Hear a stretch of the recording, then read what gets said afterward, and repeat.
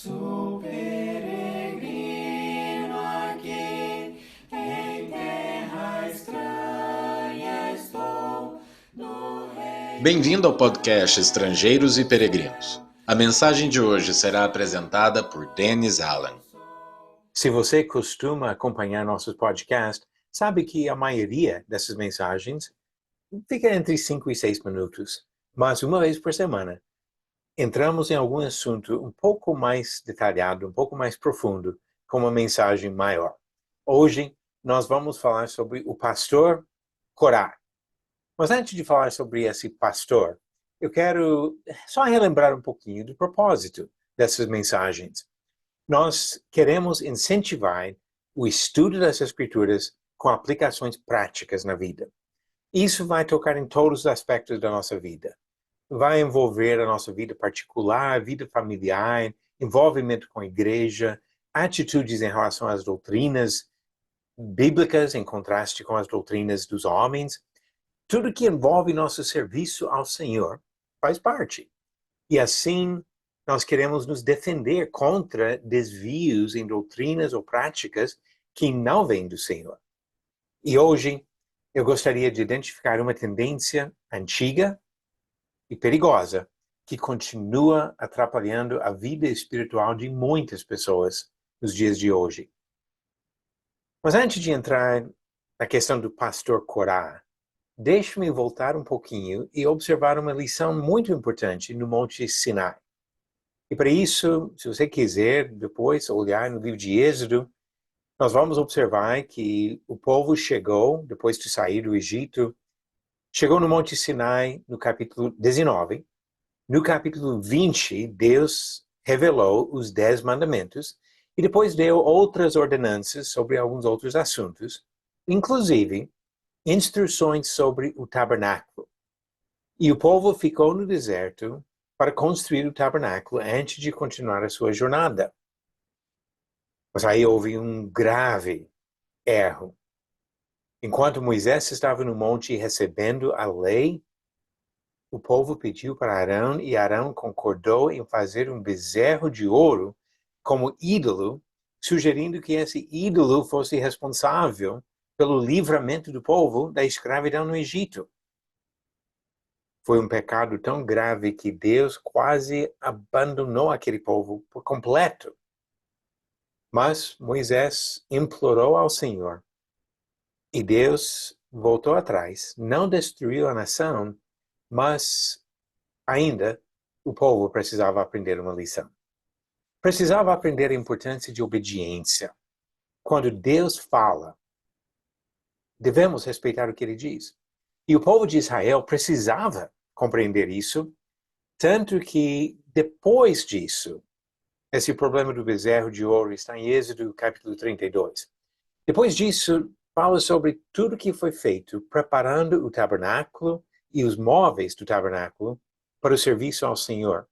E quando estavam completando essa obra, em Êxodo capítulo 39, encontramos um refrão bem interessante, 10 vezes, só nesse capítulo 39.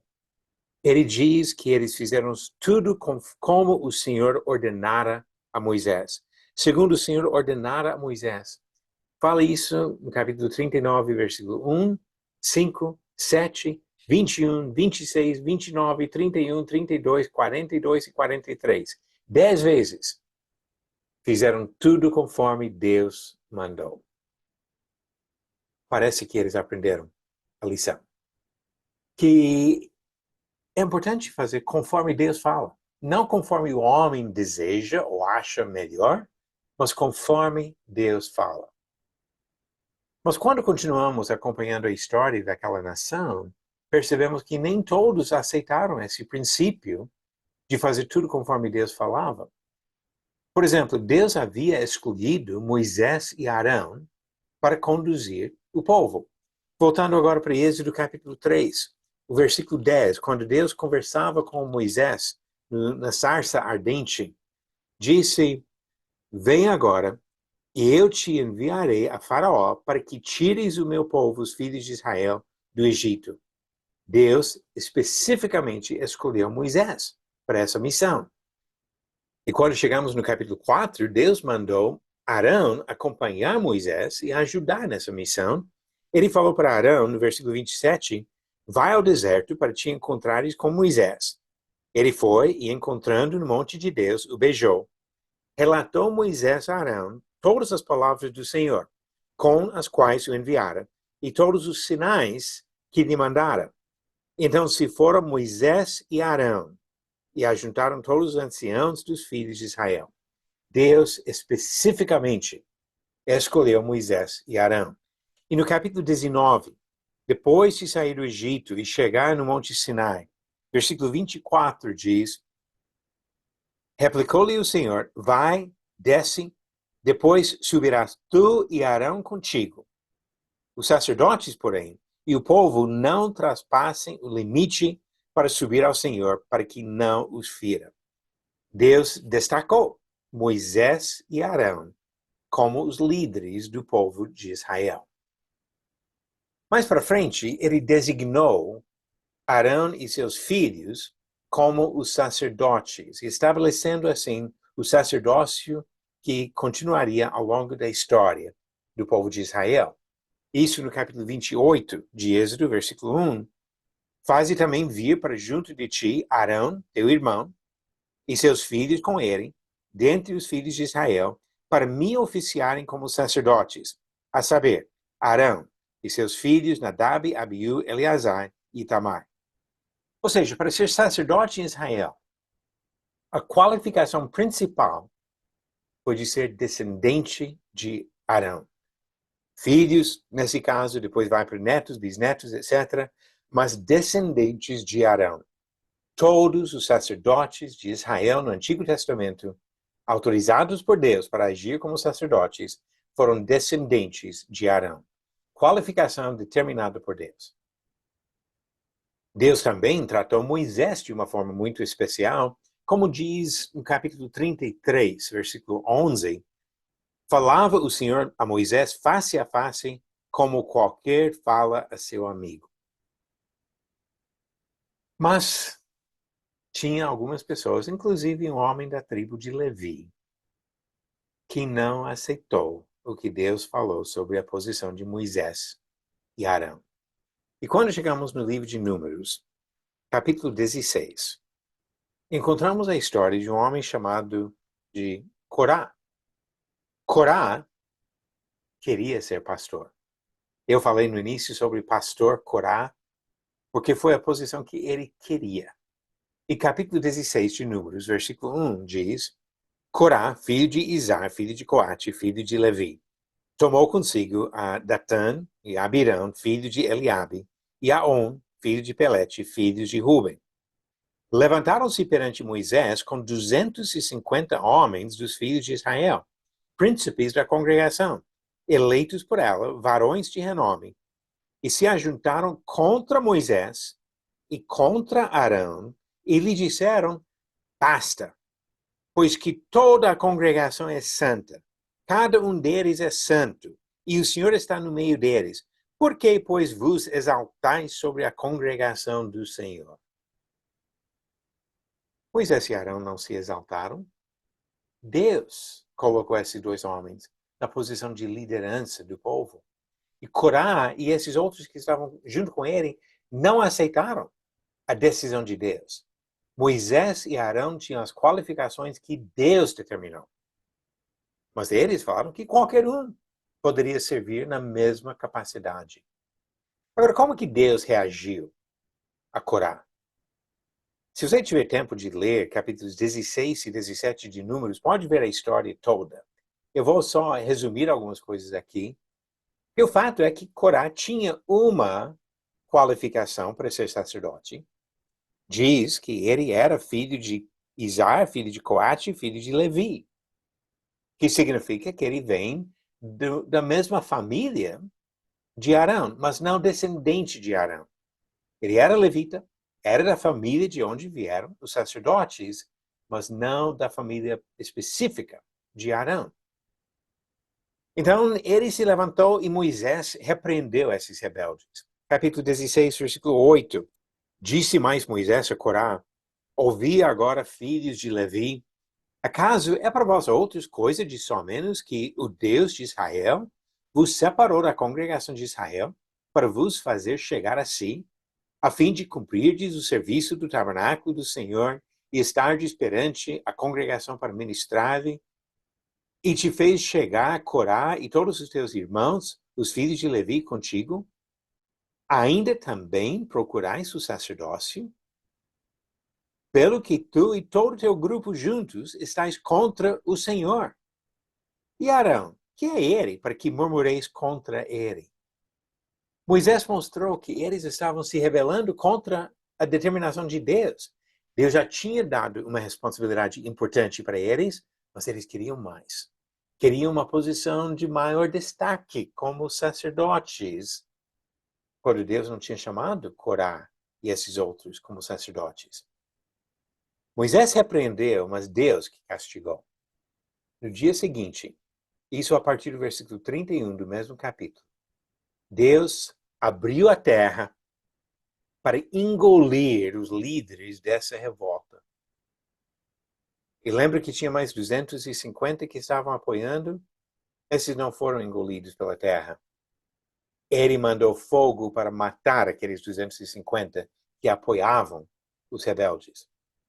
Deus foi severo porque eles desrespeitaram os seus decretos sobre a liderança do povo. Mas o problema ainda não acabou. No dia seguinte, a congregação veio, brava com Moisés e Arão, acusando Moisés e Arão de ter matado os escolhidos do Senhor. Foi Deus que matou os rebeldes, que não respeitaram os escolhidos do Senhor. Mas mesmo assim, murmuraram contra Moisés e Arão, e Deus mandou uma praga que matou mais 14.700 pessoas. E no capítulo 17, ele confirmou a posição de Arão como sumo sacerdote sobre o povo de Israel. Foi Deus que escolheu Arão como sumo sacerdote, e ninguém tinha direito de simplesmente deixar de lado as qualificações determinadas por Deus para assumir esse papel ou colocar outra pessoa nesse papel, como Corá e os outros tentaram fazer. Mas o problema ainda não acabou. Continuamos estudando o Antigo Testamento e percebemos que outros ainda repetiram o mesmo erro de tentar tomar a posição de sacerdote sem as qualificações determinadas por Deus. 1 Samuel capítulo 13. O rei Saul fez sacrifício sem ser qualificado como sacerdote. Ele era da tribo de Benjamim, não era descendente de Arão, e por causa disso ele foi rejeitado pelo Senhor. 1 Reis capítulo 12. O rei Jeroboão constituiu sacerdotes não autorizados e ele também foi rejeitado por Deus. Segundo Crônicas, capítulo 26, o rei Uzias entrou no templo para queimar incenso, sendo da tribo de Judá, não da tribo de Levi. E ele também foi rejeitado pelo Senhor. Ou seja, quando pessoas tentaram assumir uma posição de liderança espiritual, não tendo as qualificações, foram rejeitadas por Deus. Esse fato deve dar para nós motivo de parar e refletir até sobre nossas próprias atitudes e condutas. Deus rejeitou reis que ele especificamente escolheu quando não respeitaram as qualificações de líderes religiosos. Acabei de citar 3 reis, Saul, Jeroboão e Uzias, rejeitados por Deus por não respeitar as qualificações dos sacerdotes. Eu não sou rei. Duvido que tenha algum rei assistindo esta mensagem. E se nós fizermos a mesma coisa, assumindo um papel de liderança sem ter as qualificações, ou apoiando pessoas que assumem posições de liderança espiritual sem ter as qualificações definidas por Deus, o que ele vai fazer conosco? Rejeitou Saul, rejeitou Jeroboão, rejeitou Uzias. Será que ele vai nos aceitar se cometermos o mesmo erro de ignorar ou rejeitar as qualificações que ele determinou? Agora, o que isso tem a ver conosco hoje em dia? Nós não estamos no tabernáculo no deserto ou no templo em Jerusalém. Nós não estamos preocupados com a linhagem de Arão como sacerdotes, mas no Novo Testamento tem uma coisa paralela e algo que envolve nosso serviço ao Senhor hoje. Eu quero comentar sobre a triste realidade da rebeldia atual, nos dias de hoje. A primeira coisa que precisamos entender para enxergar esse problema é que o Novo Testamento usa várias palavras para identificar os mesmos líderes espirituais. As palavras pastor, bispo, presbítero ou ancião se referem aos mesmos servos na igreja do Senhor. Podemos observar isso olhando para Atos capítulo 20. Atos capítulo 20, Paulo estava na volta da sua terceira viagem e ele não tinha tempo de visitar todos os lugares que ele queria. Então ele pediu para os presbíteros da igreja de Éfeso encontrá-lo em Mileto, uma cidade próxima, para conversar. Diz, versículo 17, de Atos 20, de Mileto mandou Éfeso chamar os presbíteros da igreja. Depois ele conversa com esses presbíteros, e na conversa, versículo 28, ele diz, atendei por vós e por todo o rebanho sobre o qual o Espírito Santo vos constituiu bispos, para pastoreardes a igreja de Deus, a qual ele comprou com seu próprio sangue. Percebeu? Presbítero é bispo que pastoreia. Presbítero, bispo, pastor. Três palavras que descrevem aspectos um pouco diferentes, mas da mesma função. Reforçamos isso olhando para o que Pedro disse em 1 Pedro capítulo 5, quando ele escreve para pessoas com esta responsabilidade. E ele disse, versículo 1, rogo, pois, aos presbíteros que há entre vós. Eu, presbítero como eles, e testemunha dos sofrimentos de Cristo, e ainda coparticipante da glória que há de ser revelada. Pastoreai o rebanho de Deus que há entre vós. E depois ele comenta sobre o supremo pastor, que é Jesus. Então, a primeira coisa de entender é que pastor, bispo, presbítero, ancião, se referem aos mesmos homens. Agora, a segunda coisa que observamos é que Deus deu qualificações específicas para esses servos. Hoje em dia, em muitas denominações, alguém pode se tornar pastor porque fez um curso de teologia, ou porque foi votado pela igreja, ou escolhido pela liderança da denominação que mandou a pessoa para outro lugar para servir como pastor. Mas no Novo Testamento, o Senhor deu qualificações específicas e, eu diria, exigentes para alguém servir nessa função.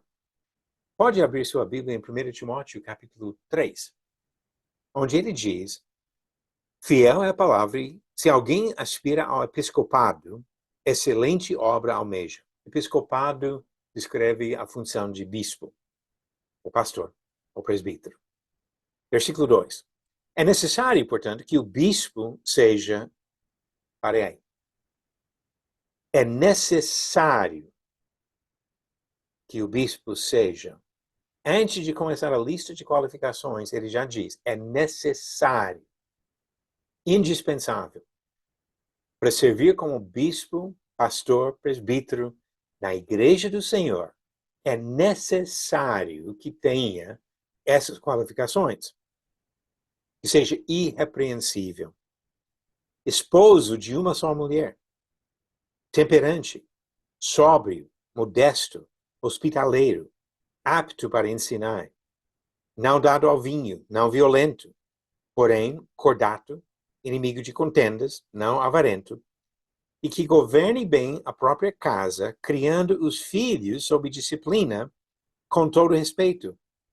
Pois se alguém não sabe governar a própria casa, como cuidará da igreja de Deus?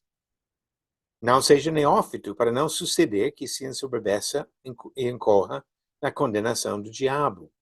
Pelo contrário, é necessário que ele tenha bom testemunho dos de fora, a fim de não cair no opróbrio e no laço do diabo.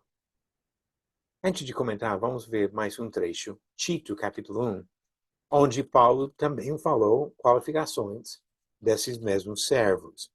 Ele disse, no versículo 5, por esta causa te deixei em Creta, para que pusesses em ordem as coisas restantes, bem como em cada cidade constituísse presbíteros, conforme te prescrevi. Alguém que seja irrepreensível, marido de uma só mulher, que tenha filhos crentes que não são acusados de dissolução, nem são insubordinados, porque é indispensável que o bispo seja irrepreensível, como despenseiro de Deus, não arrogante, não irascível, não dado ao vinho, nem violento, nem cobiçoso de torpe ganância. Antes, hospitaleiro, amigo do bem, sóbrio, justo, piedoso, e tenha domínio de si. Apegado à palavra fiel, que é segundo a doutrina, de modo que tenha poder tanto para exortar, pelo reto ensino, como para convencer os que o contradizem. Juntando essas duas listas, uma complementa a outra, são muito parecidas, mas algumas pequenas diferenças. Nós observamos várias características essenciais para alguém servir como pastor. Homem, casado, com filhos crentes, hospitaleiro, capaz de ensinar, que exerce domínio próprio, e assim em diante, duas listas de qualificações desses homens. Mas as igrejas hoje não respeitam a palavra do Senhor. Muitas não respeitam a palavra do Senhor. Várias igrejas têm pastores solteiros. Ele disse que é necessário que ele seja marido de uma só mulher. Muitas igrejas têm pastores sem filhos crentes. Ele disse que precisa demonstrar que governa bem a casa com filhos crentes não acusados de rebeldia. Tem igrejas até que têm pastoras. Marido de uma só mulher não é mulher. Inclusive, quando a Bíblia fala de pastora, fala sobre pastora de ovelhas no Antigo Testamento. Não tem nada a ver com essa posição nas igrejas hoje em dia. Não tem nenhum versículo sequer nas Escrituras que autoriza a posição de uma mulher como pastora na igreja. E assim em diante. Mas o que nós observamos hoje? Isso é coisa daquela época, isso não importa hoje, a nossa igreja faz diferente. Um monte de desculpas para fazer a mesma coisa que Corá fez, a mesma coisa que Saul fez, que Jeroboão fez, que Uzias fez, e Deus rejeitou todos aqueles. O que ele vai fazer com igrejas hoje que não respeitam o que ele diz sobre essas qualificações? Temos coragem de ficar com Deus contra as práticas e tendências no mundo religioso do nosso dia? Eu quero mencionar uma outra ocasião. Eu já falei um pouco sobre aquele bezerro de ouro que Arão fez. Voltando lá para Êxodo capítulo 32. Quando Moisés desceu do monte e viu o que o povo tinha feito, quebrou as tábuas da aliança, ele chamou e fez um desafio no capítulo 32, versículo 26. Pôs-se em pé à entrada do arraial e disse: quem é do Senhor, venha até mim. Então ajudaram a ele todos os filhos de Levi. Ele mandou esses homens a saírem matando as pessoas rebeldes. Agora, hoje em dia, nós não temos o papel de matar os rebeldes. Deus que vai julgar. Deus que vai cuidar disso. Mas Isso não significa que nós podemos apoiar a rebeldia. Quando alguém se posiciona como pastor, não tendo todas as qualificações bíblicas, nós não podemos apoiar isso. Quando uma denominação coloca como pastor alguém que não tem todas as qualificações bíblicas, não podemos apoiar isso. Pelo contrário, nós precisamos nos afastar dessas práticas e das pessoas que se rebelam contra o Senhor. 2 Coríntios capítulo 6. Paulo usa algumas palavras do Antigo Testamento para ensinar um princípio importante para os cristãos. Ele diz no capítulo 6, versículo 17, citando o Antigo Testamento: por isso, retirai-vos do meio deles, separai-vos, diz o Senhor, não toqueis em coisas impuras, e eu vos receberei. Serei vosso pai, e vós sereis para mim filhos e filhas, diz o Senhor Todo-Poderoso. Tendo, pois, ó amados, tais promessas, purifiquemo-nos de toda impureza, tanto da carne como do espírito, aperfeiçoando a nossa santidade no temor de Deus. Ele falou claramente da necessidade de nos separar das práticas de rebeldia contra o Senhor.